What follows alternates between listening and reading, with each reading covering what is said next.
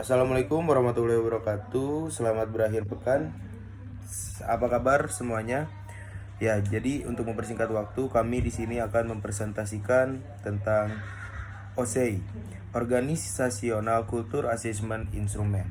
Sebelum ke materi tersebut, saya pribadi akan memperkenalkan anggota kelompok saya. Yang pertama ada Reidi Robi Alam dengan NPM 325. Lalu ada saya sendiri Fahri Arabi dengan NPM 327. Nah, ada juga Pratiwi Nur Absyari dengan NPM 337. Lalu ada Putri Novitasari dengan NPM 339. Lalu ada Jasmine Zikri dengan NPM 02119344. Nah, untuk mempersingkat waktu, selanjutnya akan diserahkan kepada Putri Novitasari. Waktu dan tempat dipersilahkan. Baik, di sini saya akan menjelaskan OSAI. OSAI itu Organizational Culture Assessment Instrument. OSAI ini adalah suatu instrumen yang digunakan untuk menilai kultur suatu organisasi saat ini.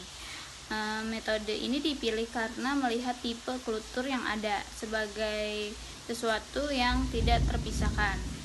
Hal itu didasarkan pada kenyataan bahwa setiap organisasi merupakan campuran dari keempat tipe yang ada, yaitu fan kultur, adorasi kultur, market kultur, dan hierarki kultur. Yang selanjutnya itu ada analisis budaya organisasi UMKM Rujak Cireng menggunakan metode OSAI. Nah, di sini kami akan menganalisa budaya organisasi tentang UMKM Rujak Cireng menggunakan metode OSAI. Kami mewawancarai 7 karyawan UMKM ini sehingga datanya dapat kami olah dalam bentuk grafik dan lebih mudah untuk menganalisanya. Selanjutnya akan dijelaskan oleh. Baik, terima kasih. Di sini saya akan menjelaskan dari karakteristik domain. Bisa dilihat pada grafik dan tabel tersebut bahwa karakteristik domain ini yang ada pada budaya organisasi yang dimiliki UMKM Rujak Cireng ini adalah mengacu kepada budaya klan. Dalam budaya klan ini lebih mengutamakan emosi dalam mencapai visi dan misi, bersifat kekeluargaan antara para pegawai yang sangat tinggi, sedangkan saat sedang bekerja semua karyawan dan pemilik saling bertukar pikiran dalam hal pribadi manapun dan hal pekerjaan. Lalu berikutnya ada di slide berikutnya, grafik yang kedua ini saya akan menjelaskan kepemimpinan organisasi. Nah, kepemimpinan organisasi ini adalah organisasi lebih mengacu kepada struktur tatanan organisasi yang terdapat pada sebuah lembaga. Lembaga yang penting untuk menjalankan tugas-tugas agar lebih teratur dan memiliki prosedur atau aturan yang bersifat tetap dan rantai komando yang kewenangannya mengalir dari atas hingga ke bawah. Baik, sekian yang bisa saya jelaskan. Slide selanjutnya dan grafik selanjutnya akan dijelaskan oleh teman saya, yaitu Jasmine. Baik, terima kasih. Di sini saya akan menjelaskan mengenai manajemen karyawan. Dapat dilihat dari tabel dan grafik di samping. Manajemen karyawan yang ditanamkan pada UMKM ini lebih ke arah budaya klan, di mana gaya manajemen dalam organisasi ini dicirikan oleh kerjasama yang baik antar pekerjanya. Kemudian kepercayaan dan konsistensi yang tinggi terhadap proses yang sedang dijalankan. Dan partisipasi setiap pekerjanya dalam menjalani usaha ini. Nah, namun pada masa berkembang seperti ini, yang dibutuhkan oleh karyawan lebih cenderung ke budaya adokrasi, di mana budayanya ini lebih mengutamakan inovasi, kreativitas, dan keunikan dari anggotanya agar dapat bersaing dengan produk lain dan lebih memiliki ciri khas sendiri. Nah, kemudian perekatan organisasi.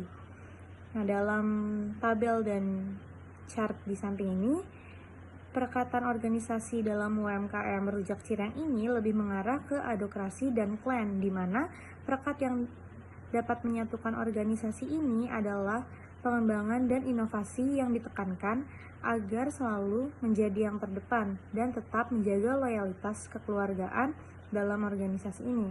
Nah, namun beberapa karyawan lebih berharap apabila organisasi ini cenderung melakukan inovasi dan pengembangan serta menekankan pencapaian tujuan dan meraih keuntungan, tentu akan menjadi lebih baik untuk usaha ini ke depannya. Nah, untuk selanjutnya akan dijelaskan oleh Redi Robiala.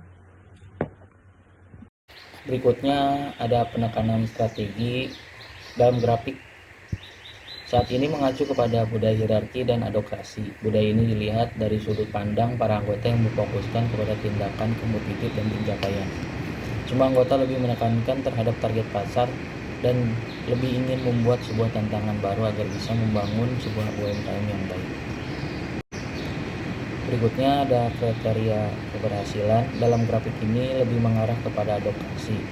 Para anggota dan para pemimpin mempunyai sebuah komitmen yang kuat sehingga semua anggota selalu mencari ide yang kreatif dan membuat sebuah inovasi dengan cara membuat sebuah produk yang unik dan sehingga bisa dikenal oleh masyarakat luas dan bisa berkelanjutan hingga bisa mencapai visi dan misi mereka. Nah, kesimpulannya ialah hasil dari survei dan wawancara kepada UMKM Cireng Rujak dalam budaya organisasi yang saat ini diharapkan menunjukkan bahwa semua anggota lebih mengacu kepada budaya adokrasi, di mana untuk UMKM memang diperlukan adanya kerjasama yang baik antara karyawannya dalam mengutarakan kreativitas yang dimiliki, inovasi dan strategi di masa yang mengalami perkembangan yang sangat pesat ini. Hal ini dibutuhkan demi kita dapat bersaing dan tentunya lebih unggul dari produk-produk lain, sehingga usaha dapat semakin berkembang dengan baik. Cukup sekian presentasi dari kelompok kami. Mohon maaf bila ada kekurangan, karena kesempurnaan hanya milik Allah Subhanahu wa Ta'ala. Terima kasih. Selamat sore, selamat berakhir pekan. Kami kelompok 5 izin pamit. Assalamualaikum warahmatullahi wabarakatuh.